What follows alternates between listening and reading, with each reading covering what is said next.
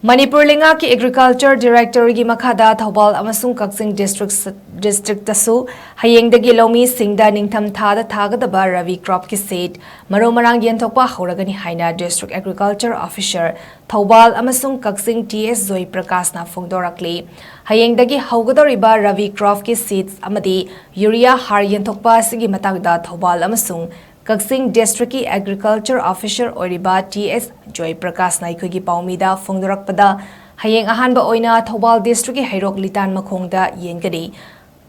aduga November 3 ta Khangabok November 10 da Wangu Chiral amasung THOUBAL Leisangthem Bazar November 13 da KAKCHING Makha Leikai amasung Wawagai Makha Leikai da Yengani hari Makha Tanasu November 10 Fawda District ani asigi lemhoriba tongan ba mafam singda Yengani hari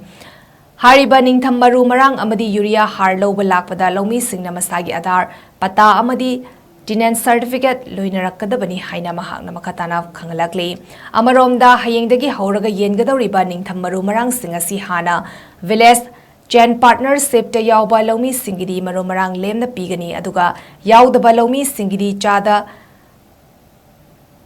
taratamak chiraga lawgadabani hari Maramaduna District ani asigi Loumi singna Agriculture Department na paikhalakliba thorang asigi kanaba adu Lobiduna state asida sathok hena puthok naba khonamina si haina mahakna makhata na apel tawraki THOUBAL amade KAKCHING oidagi hayeng tarik taruk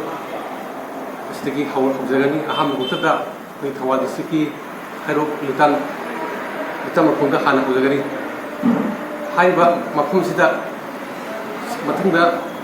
hayeng hansitagi mu koigi khangbo astagi desang the Langathen, Salupam, Nasimba, Siki, Yamatang Hojani, Vedana, Kasung Districtoina, Wagu Siren, KAKCHING Melikai, Yabagai, Murmur Kurima, Patra Magata, from beginning. Haiba, my Amsi Kana from the Haradi,